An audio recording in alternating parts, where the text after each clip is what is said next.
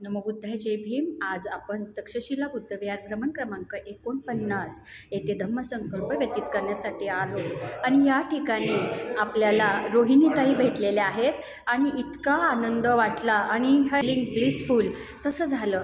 मग हे ब्लिसफुल का तर या ताई बुद्धगया महाबोधी विहार येथे डिसेंबर महिन्यामध्ये त्रिपिटक वाचनासाठी गेल्या होत्या. आणि जय भीम. नमो बुद्धाय. मी रोहिणी हिरवे चरोली इथून बोलते. आत्ता मी जस्ट आपला दरवर्षी त्रिपिटक वाचनाचा प्रोग्राम बुद्धगया इथं होत असतो. तो जस्ट आता 2 डिसेंबरपासून झाला. 2 डिसेंबर ते 12 डिसेंबरपर्यंत तो प्रोग्राम होता आणि माझं भाग्य असं की मला त्या प्रोग्राम अटेंड करायचं ॲज अ व्हॉलेंटियर ही संधी मिळाली. त्याबद्दल मी खूप खूप आभार मानते.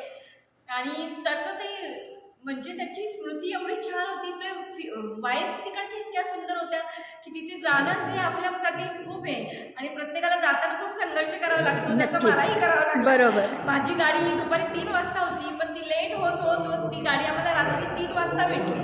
म्हणजे 12 तास आम्ही त्या स्टेशनवर होतो आणि त्यावेळी प्रत्येकजण आम्हाला सांगत होतं घरी चला. माझे मिस्टर पण स्वतः म्हटले घरी ये, मी तुला दुसऱ्या दिवशी फ्लाईटने पाठवतो. पण मी म्हटलं नाही, आता इथून मागे फिरले तर पुन्हा जमणं शक्य नाही आहे. म्हणून मी तिथे 12 तास आम्ही 6 जणी तिथे थांबून राहिलो आणि त्यासाठी आम्हाला अक्षरशः भांडण पण करावं लागलं स्टेशन मास्टर बरोबर की बाबा तू गाडी सोडच कारण ही संधी आम्हाला उठवायची नाही आहे, कारण ते आपल्यासाठी पुण्य आहे. आणि शेवटी आम्हाला ती संधी मिळाली. आम्ही तिथे गेलो आणि तिथं जो अनुभव होता तो म्हणजे शब्दात व्यक्त नाही करू शकत. ते खरंच आहे. करायचा अनुभव आहे. बरोबर. 7 दिवस जेव्हा ते विहारामध्ये गेलो आणि भगवानाचं दर्शन झालं, खूप सुंदर वाईब्स होत्या तिथे. लाखो म्हणजे भरपूर बंदेजी आले होते, काही अरहंत होते.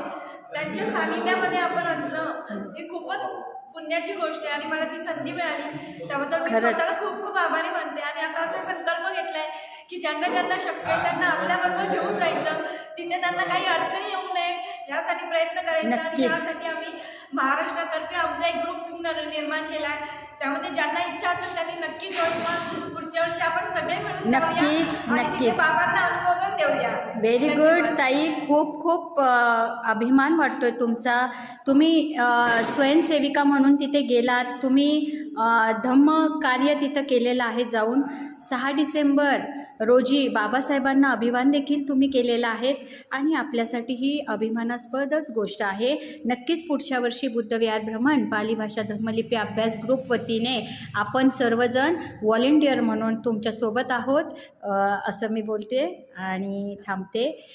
खूप थँक्यू. तुम्ही आपले मनोगत व्यक्त केलं. थँक्यू. जय भीम.